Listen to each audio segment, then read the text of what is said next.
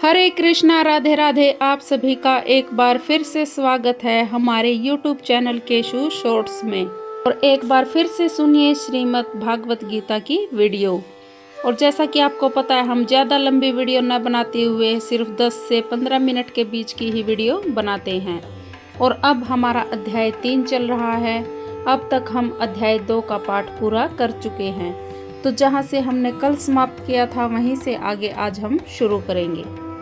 अतः कर्मफल में आसक्त हुए बिना मनुष्य को अपना कर्तव्य समझकर निरंतर कर्म करते रहना चाहिए, क्योंकि अनासक्त होकर कर्म करने से परम ब्रह्म की प्राप्ति होती है। भक्तों के लिए श्री भगवान परम है और निर्विशेषवादियों के लिए मुक्ति परम है।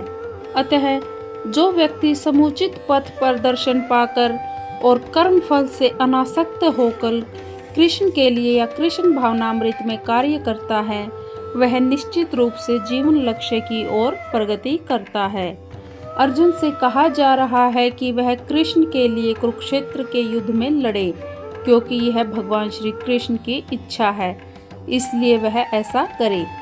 उत्तम व्यक्ति होना या अहिंसक होना व्यक्तिगत आसक्ति है, किंतु फल की आसक्ति से रहित होकर कार्य करना परमात्मा के लिए कार्य करना है। यह उच्चतम कोटि का पूर्ण कर्म है, जिसकी संस्तुति भगवान कृष्ण ने की है। नियत यज्ञ जैसे वैदिक अनुष्ठान उन पाप कर्मों की शुद्धि के लिए किए जाते हैं जो इंद्रिय तृप्ति के उद्देश्य से किए गए हों, किंतु कृष्ण भावनामृत में जो कर्म किया जाता है वह अच्छे या बुरे कर्मों के फलों से परे है।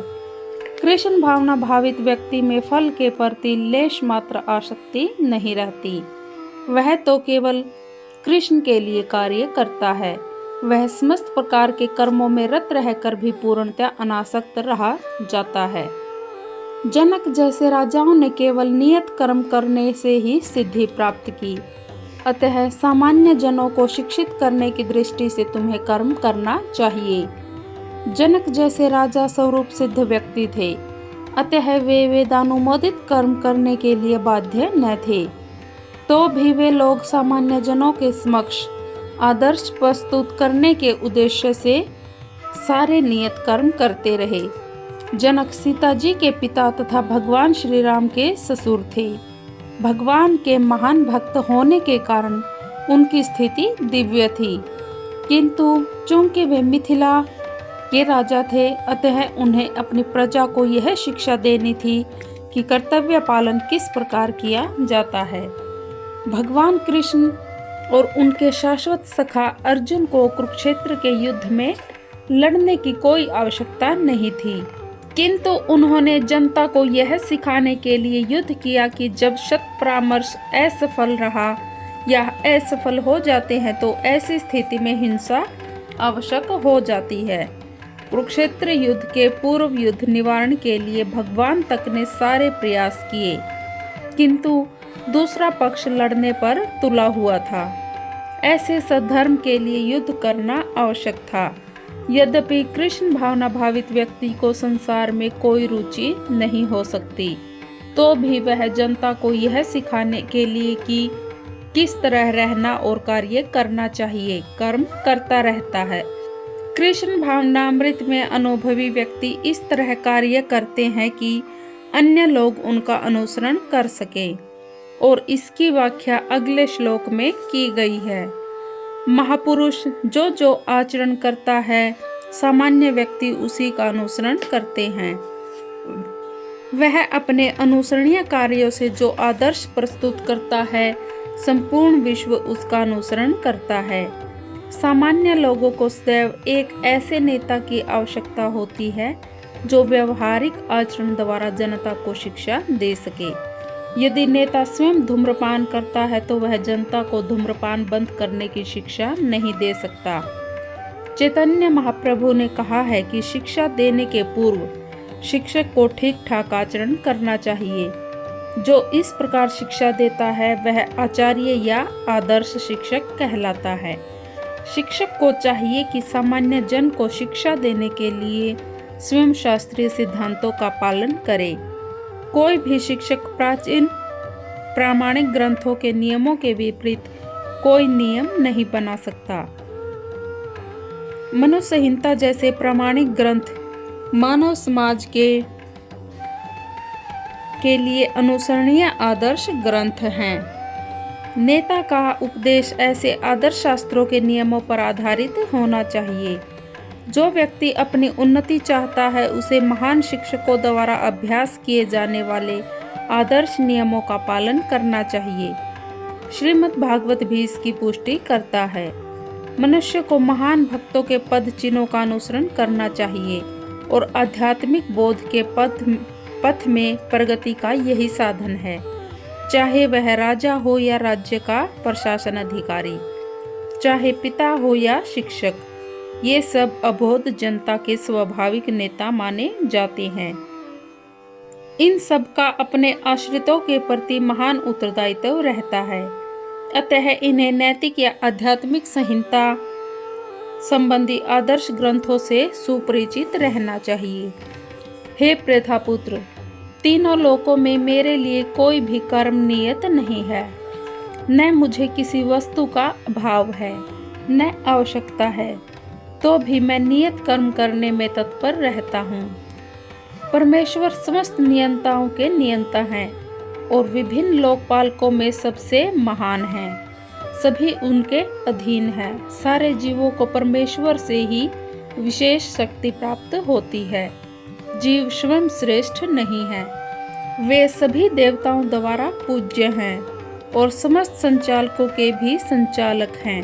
अतः वे समस्त भौतिक नेताओं या नियंताओं से बढ़कर हैं और सबों के द्वारा आराध्य हैं।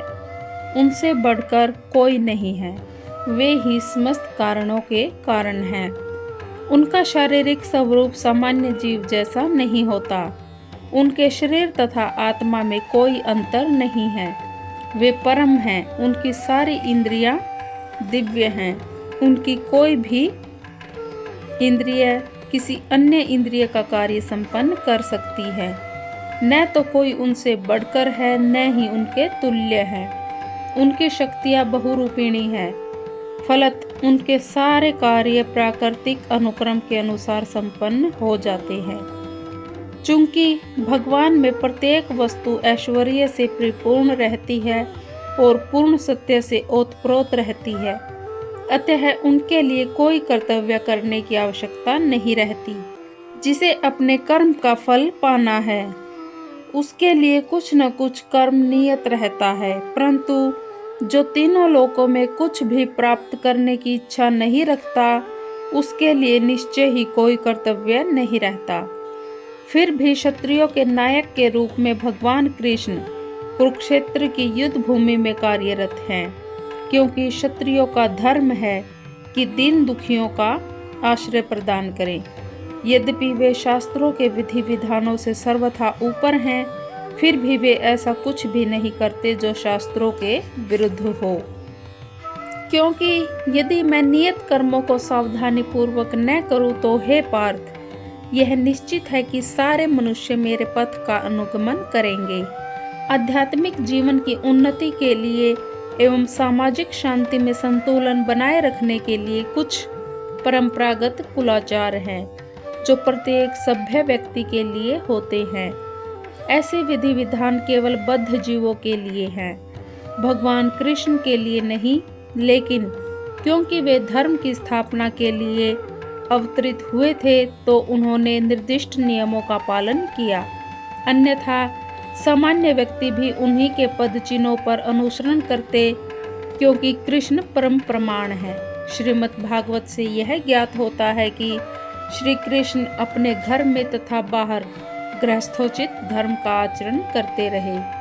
यदि मैं नियत कर्म न करूं तो ये सारे लोग नष्ट हो जाएंगे।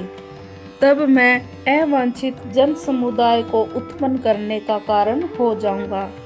इस तरह संपूर्ण प्राणियों की शांति का विनाशक बनूंगा। जन समुदाय है जो सामान्य समाज की शांति को भंग करता है, इसे अवांछित जन समुदाय कहते हैं। इस सामाजिक अशांति को रोकने के लिए अनेक विधि विधान हैं। जिनके द्वारा स्वयं ही जनता आध्यात्मिक प्रगति के लिए शांत तथा सुव्यवस्थित हो जाती है। जब भगवान कृष्ण अवतरित होते हैं तो स्वाभाविक है कि वे ऐसे महत्वपूर्ण कार्यों की प्रतिष्ठा तथा अनिवार्यता बनाए रखने के लिए इन विधि विधानों के अनुसार आचरण करते हैं।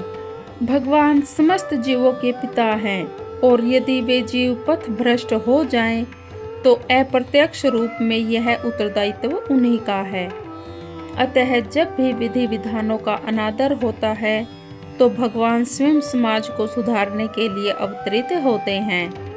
किंतु हमें ध्यान रखना चाहिए या ये ध्यान देना होगा कि यद्यपि हमें भगवान के पद चिन्हों का अनुसरण करना है, तो भी हम उनका अनुकरण नहीं कर सकते। अनुसरण और अनुकरण एक से नहीं होते। हम गोवर्धन पर्वत को उठाकर भगवान का अनुकरण नहीं कर सकते, जैसा कि भगवान ने अपने बाल्यकाल में किया था। ऐसा कर पाना मनुष्य के लिए संभव नहीं। हम उनके उपदेशों का पालन कर सकते हैं, किंतु किसी भी समय हमें उनका अनुकरण नहीं करना चाहिए।